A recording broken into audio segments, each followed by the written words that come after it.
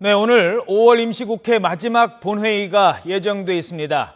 하지만 여야의 공무원연금 개혁안 협상이 이번에는 세월호 특별법 시행령에 발목이 잡히면서 막판까지 진통을 거듭하고 있습니다. 만일의 경우에는 본회의 자체가 열릴 수 없는 것 아니냐라는 우려 섞인 전망도 나오고 있다고 하는데요. 국회 급박하게 돌아가는 것 같습니다. 취재기자 연결하겠습니다. 이승현 기자. 네, 국회 나와 있습니다. 자, 어젯밤 늦게까지 협상을 했습니다만 결국 결렬이 됐고요. 오늘 원내 지도부 이 오전에 10시 반으로 예정돼 있나요? 다시 만난다고요? 네, 그렇습니다. 여야 원내수석 부대표는 잠시 뒤인 오전 10시 반에 다시 만나서 최종 담판에 나서기로 했습니다.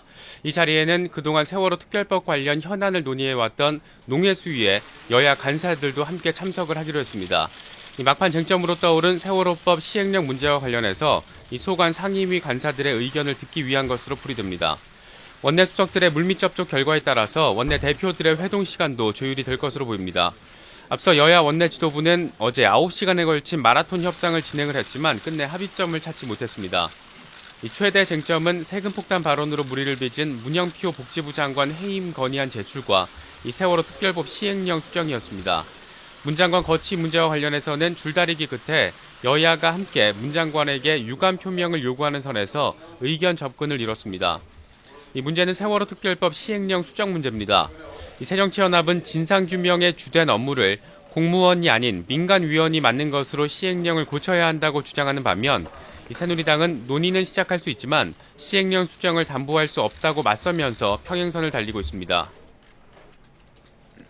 자, 결국 세월호 특별법 이 시행령 수정 문제가 발목을 잡고 있는 상황인데 아까 민간인이 맡는다 이런 부분도 있었고요. 도대체 어떤 부분이 구체적으로 지금 문제가 되는 겁니까?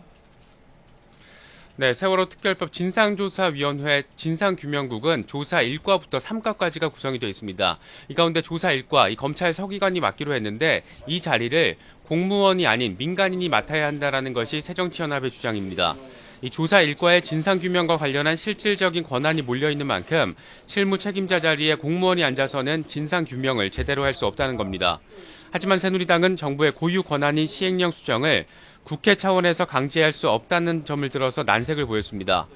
다만 여야는 유승민 원내대표가 제안한 정부가 만든 시행령이 이 모법인 세월호법에 위배되면 개정을 요구할 수 있도록 국회법을 고치는 방안에 대해서는 잠정 합의를 했습니다. 하지만 새정치연합이 시행령 개정에 대한 확실한 정부와 여당의 약속을 요구하고 이 새누리당이 무리한 요구라고 거부를 하면서 협상은 다시 꼬여있는 상태입니다. 잠시 뒤 이어질 여야 원내수석 부대표의 회동에서도 이 부분이 집중적으로 논의가 될 것으로 보입니다. 지금까지 국회에서 YTN 이승현입니다.